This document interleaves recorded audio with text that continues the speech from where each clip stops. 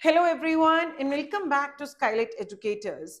आज हम डिस्कस करेंगे हमारे another 10 important questions from the year 2023 CUET economics paper. हम यहाँ तक हमारे 30 क्वेश्चंस कवर कर चुके हैं। आज हम डिस्कस करने वाले हैं हमारे अनदर 10 इंपॉर्टेंट क्वेश्चंस। तो चलिए स्टार्ट करते हैं। आज का पहला क्वेश्चन एंड वो question is which of the following is not true about the benefits of education। 4 points given है, इनमें से कौन सा पॉइंट है जो एजुकेशन का बेनिफिट नहीं है। ठीक है, तो देखिए, it increases skewed income distribution. ये स्क्यूड इनकम डिस्ट्रीब्यूशन को इंक्रीज करता है, ये इसका बेनिफिट नहीं हो सकता, ये इसका लिमिटेशन है। ठीक है, तो आंसर हमारा ए पॉइंट ही बनता है, लेकिन हम बाकी पॉइंट्स भी एक बार देखते हैं। It raises changes in quality of life, ये तो बेनिफिट हुआ। इट इंक्रीजेस पार्टिसिपेशन रेट, ये भी बेनिफिट है।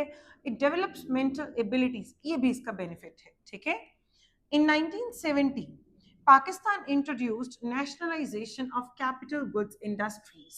तो 1970 में जब पाकिस्तान अपनी रिफॉर्म्स लेने की प्रैक्टिस में था, तो उसने अपने कैपिटल गुड्स की इंडस्ट्रीज को नेशनलाइज कर दिया। ठीक है, but later due to international pressure they shifted the policy to. तो अपनी पॉलिसी उन्होंने शिफ्ट कर दी, कहाँ पे? तो देखते हैं, demarketisation, denationalisation, derecognition, deforming. तो यहां से demarketisation, derecognition, deforming, ये तीनों गलत है। Answer is D nationalisation. 1970 में पाकिस्तान नेशनलाइजेशन अडॉप्ट करता है, पर लेटर ऑन बाद में वापस डी नेशनलाइजेशन पे वो शिफ्ट कर जाता है। ठीक है, next question. Yes, the benefit of organic farming is. पहली बात तो ऑर्गेनिक फार्मिंग क्या है, वैसे मैं ये आपसे डिस्कस कर चुकी हूँ जब हम अपनी 10 क्वेश्चंस पर डे सीरीज चला रहे थे तब। ठीक है, तो the benefit of organic farming यानी कि ऐसी फार्मिंग जहाँ पे केमिकल फर्टिलाइजर्स या अदर केमिकल्स, पेस्टिसाइड्स, इनका यूज जो है उसको डिस्कार्ड किया जाए, नेचुरल वेज से जब हम फार्मिंग करते हैं तो that is called organic farming. ठीक है, तो बेनिफिट क्या है ऑर्गेनिक फार्मिंग का? पहली चीज, लिमिटेड शेल्फ लाइफ, ये तो लिमिटेशन है, क्योंकि जो ऑर्गेनिकली प्रोड्यूस्ड फूड होता है उसकी लाइफ बहुत लिमिटेड होती है। ठीक है, देन लेबर इंटेंसिव, यस, ये इसका बेनिफिट है। क्यों? क्योंकि यहाँ पे हम केमिकल्स, मशीनरी, इसको थोड़ा सा अवॉइड करके नेचुरल वे से प्रोडक्शन करते हैं, तो लेबर इंटेंसिव है, लोगों को काम मिलता है इससे। ठीक है, लिमिटेड ऑफ सीजन क्रॉप्स, ये भी लिमिटेशन है। मार्केटिंग इश्यूज लिमिटेशन है। हमसे यहाँ से बेनिफिट पूछा है, तो आंसर इज बी ऑप्शन। ठीक है, नेक्स्ट क्वेश्चन। यस, तो देखते हैं, arrange the following operations in a sequential manner in order to calculate NNP from GDP at MP. तो यस, हमने यहाँ पे जीडीपी एट एमपी से एनएनपी, यहाँ पे एफसी होना चाहिए, एनएनपी एट एफसी निकालना है। ठीक है, तो यस, देखते हैं एनएनपी एट एफसी हम कैसे निकालेंगे। तो सबसे पहले क्या हम जीडीपी एट एमपी से एनआईटी माइनस करेंगे? बिल्कुल, क्योंकि यहाँ पे देखिए कहीं भी हमें डिराइव करना है जीडीपी एट एमपी से, तो यहाँ किसी भी ऑप्शन में जीडीपी एट एमपी सिर्फ एक ही ऑप्शन में है, तो जीडीपी एट एमपी से जब आप माइनस करोगे एनआईटी, तो वो क्या बन जाएगा? GDP at FC, right? तो हमारा ए ऑप्शन होगा पहले। Then NDP at FC plus, यहाँ पे हमारे पास अभी जीडीपी एट एफसी आया, तो ये नहीं हो सकता, अगला जीडीपी एट एफसी से बनेगा। तो GDP at FC minus depreciation क्या बन जाएगा? NDP at FC. ठीक है, तो देन सी, फिर एनडीपी एट एफसी से हम एनएफआईए माइनस करेंगे तो हम जाएंगे NNP at FC, sorry plus करेंगे तो हम पहुंचेंगे एनएनपी एट एफसी। तो आंसर इज बी, तो A C B, C option is right answer. ठीक है, next question. Yes, arrange the following events in proper sequence. ठीक है, तो प्रॉपर सीक्वेंस में अरेंज करना है। Ultraviolet radiation causes skin cancer. Okay. High levels of chlorine and bromine compounds in the stratosphere. Fridge brought to the house. Chlorofluorocarbons used as cooling agent. Depletion of ozone layer. तो यहाँ से हमें sequence में पढ़ते ही ये चीज समझ में आ रही है कि सबसे पहले जो कारण हो रहा है ये हो रहा है, बात हो रही है ओजोन लेयर की, फिर ओजोन लेयर के कुछ इफेक्ट्स की, देन उसके कुछ रीजंस की। इसका सबसे मेन रीजन तो पहले फ्रिज होगा, जहां से ये सब क्रिएट हो रहा है। तो सी ऑप्शन सबसे पहले आएगा। देखिए सी ऑप्शन दो ही ऑप्शंस में है, ठीक है, तो ये हमारा हो जाएगा कैंसर, ठीक है। अब सी के बाद डी तो आना ही है, C is fridge brought to the house, जिसके अंदर क्लोरोफ्लोरोकार्बन को यूज किया गया कूलिंग एजेंट।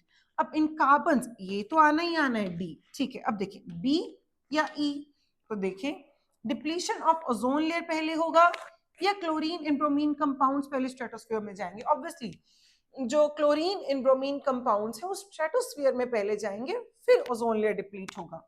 तो ऑब्वियसली डी के बाद बी आना चाहिए, तो बी आना चाहिए। यहाँ पे ई है, ये नहीं हो सकता, सी इज द राइट आंसर, ठीक है। Next question, disadvantages of casualisation of the workforce. Casualisation of workforce का मतलब जब कैजुअल लेबर का या कैजुअल वर्कर का नंबर जो है वो कंटिन्यूसली इंक्रीज करता जाए, ठीक है। तो देखिए जब लोग कैजुअल लेबर पे ज्यादा शिफ्ट करना शुरू कर दें, तो देखिए इसके डिसएडवांटेजेस क्या होंगे। कैजुअलाइजेशन, कैजुअल लेबर ज्यादा होगी तो नो पेड लीव्स, ऑब्वियसली इन्हें नो पेड लीव्स, इन्हें कोई पेड लीव नहीं मिलती, इन्हें कोई रेगुलर इनकम भी नहीं होती, नो एक्सेस टू ट्रेनिंग, इन्हें कोई ट्रेनिंग भी नहीं मिलती, permission to take leave is not required, ऐसा कहीं भी नहीं है कि आपको परमिशन लिए बिना ही लीव ले सकते हो, कैजुअल लेबर में तो बिल्कुल भी नहीं है, ठीक है। Less working hours, working hours less होंगे ये भी जरूरी नहीं, बल्कि इनके वर्किंग आवर्स हमसे ज्यादा हो सकते हैं जो नॉन कैजुअल लेबर है, ठीक है। तो देखिए ये भी नहीं हो सकता, answer is A B C. तो this is wrong, this is also wrong, this is right, C is right answer. Next question, yes, match list 1 with list 2, okay। पहली बात आती है NABARD. NABARD means national bank for agriculture and rural development. Option देखते हैं, it is a women oriented community, ऐसा कुछ भी नहीं है, because this is a bank that is national bank for agriculture and rural development, ठीक है। तो ऐसा कुछ भी नहीं है, ये नहीं हो सकता। यूसेस द मिक्स क्रॉप, ये सभी नहीं। HYV seats, no. Yes, set up in 1982. NABARD was set up in 1982, ठीक है। तो ए का फोर्थ, अब ए का फोर्थ, ए का फोर्थ, ए का फोर्थ, ये आउट, ठीक है। कुदुम्बश्री, कुदुम्बश्री एक ऐसा हमारा कह सकते कि इनिशिएटिव है जो गवर्नमेंट ऑफ केरला ने इनिशिएट किया, जो गवर्नमेंट ऑफ केरला के द्वारा लेके आया गया। ये एक ऐसा वुमेन ओरिएंटेड कम्युनिटी है जो पॉवर्टी को इरेडिकेट करना मेन ऑब्जेक्टिव रखता है, ठीक है, और ये वुमेन को एक तरह की एम्पावरमेंट देता है, ठीक है। तो यस, कुदुम्बश्री यानी कि बी के सामने फर्स्ट, तो यहाँ है थर्ड, ये भी आउट, बी के सामने 2, ये भी आउट, आंसर इज बी के सामने 1, B is the right answer. यहीं पे क्लियर हो जाता है कि आंसर इज बी ऑप्शन, हमें बाकी देखने की जरूरत नहीं है, पर फिर भी आंसर तो क्लियर है। जस्ट फॉर अवर अंडरस्टैंडिंग मैं बाकी के 2 पॉइंट्स भी आपसे डिस्कस कर लेती हूँ। एनिमल हस्बेंड्री, तो एनिमल हस्बेंड्री आपको पता ही है, ये एक ऐसा तरीका है ऑक्यूपेशन का, कह सकते हो लाइफ लाइवलीहुड अर्न करने का, जहां पे हम लाइफ स्टॉक की रेयरिंग करते हैं, हम लाइफ स्टॉक को फार्म करते हैं, ठीक है। तो देखिए it uses the mixed crop life stock farming system, yes. तो एनिमल हस्बेंड्री मिक्स्ड क्रॉप तो नहीं कह सकते, but yes life stock farming system. तो सी के सामने 2, तो सी के सामने 2, ठीक है। ऑर्गेनिक फार्मिंग ऑब्वियसली ये अवॉइड करती है use of HYV seeds and chemical fertilisers, ठीक है। तो B is right answer. Next question, yes, growth refers to increase in the country's capacity of module the output of goods and services within the country। तो growth का मतलब जब country का module of output increase करने का जो capacity है उसमें इंक्रीज करना, ठीक है, within the country. Incorrect option ढूंढना है in relation to growth, growth से रिलेटेड इनकरेक्ट ऑप्शन।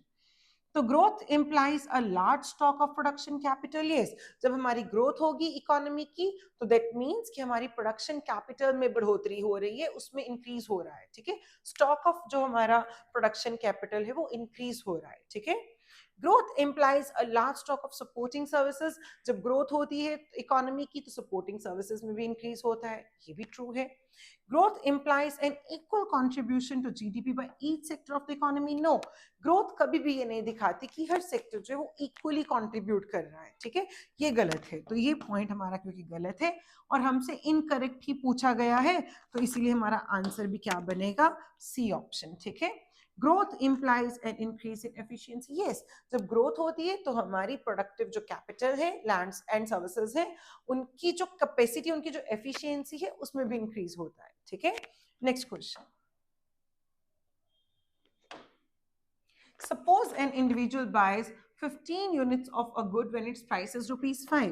जब प्राइस है ₹5 तो डिमांड इज 15 यूनिट्स, ठीक है? Yes. What will happen to this his demand when price of good increase to ₹7? जब price increase होके 7 हो जाए तो डिमांड का क्या होगा? और जब इलास्टिसिटी ऑफ डिमांड है 0.5. देखिए हमसे सिर्फ यहाँ पे ये पूछा गया कि जब प्राइस बढ़ेगा तो क्या होगा. यहाँ किसी भी ऑप्शन में हमसे वैल्यू या कोई फिगर नहीं पूछी गई, तो इसीलिए हमारे लिए इलास्टिसिटी यहाँ पे कोई काम की चीज नहीं है. हम सिर्फ ये बता सकते हैं कि जब प्राइस जो है, देखिए अब हमारा ये जो प्राइस है ये क्या हो रहा है, ये इंक्रीज हो रहा है, ठीक है, 5 to 7. तो यानी कि हमारी जो डिमांड है वो फॉल करेगी. तो increases is demand? No, price increase leads to reduction in demand. C option आएगा, B गलत है, D भी गलत है, ठीक है? Next question, this is the last question of today's video. Yes. If C equals to x plus 0.6y, तो investment is ₹1500. तो इक्विलिब्रियम लेवल ऑफ इनकम कितना होगा? सॉरी, अगर इक्विलिब्रियम लेवल ऑफ इनकम भी हमारे पास कितना है, 4050. Find out the autonomous consumption. तो ऑटोनोमस कंजम्पशन हमसे पूछी गई है. तो देखिए इनकम का फॉर्मूला क्या होता है, C प्लस आई, क्योंकि S इक्वल्स टू आई. तो ये हमें गिवन है यहाँ पे 4050, और यहाँ पे क्या है, x प्लस 0.6 इंटू 4050, ठीक है, प्लस ये है हमारी इन्वेस्टमेंट, ठीक है. तो 4050 minus 1500 equals to x plus 6/10 into 4050, ठीक है. तो हम यहाँ पे समझ लेते हैं कि हमारे पास, थोड़ा सा ऊपर कर लें इसको, यस. तो ये आया हमारे पास 2550 इक्वल्स टू 405 इंटू 6 कर लें, 2430, ठीक है. तो x प्लस 2430, तो 2550 माइनस 2430 इक्वल्स टू x, तो 0 2, यस. तो आंसर इज 120. ये x क्या है, तो हमें पता ही है कि C means C bar plus BY. तो ये यही हमारा ऑटोनोमस कंजम्पशन है, ठीक है. तो x is our autonomous consumption, that is 120. Answer is C option, ठीक है. तो ये है हमारे आज के 10 इंपॉर्टेंट क्वेश्चंस जो हमने कवर किए हैं हमारे ईयर 2023 के CUET इकोनॉमिक्स पेपर से. 40 क्वेश्चंस हम यहाँ तक कर चुके हैं. अगर अभी तक आपने इस चैनल को सब्सक्राइब नहीं किया है तो चैनल को सब्सक्राइब करें, और अगर आपको ये वीडियोस हेल्पफुल लगे तो अपने फ्रेंड्स से शेयर करें और लाइक करें. अगर आप हमसे और कोई भी वीडियो और कोई भी टॉपिक पे एक्सपेक्ट करते हैं या कोई क्वेश्चन में आपको डाउट है तो कमेंट सेक्शन में ड्रॉप करें, हम उसका आंसर आपको पर्सनली देंगे. तो बने रहिए इस चैनल के साथ. टिल देन पढ़िए, तैयारी करिए और अपने CUET के ड्रीम पेपर को क्रैक करिए. Thank you.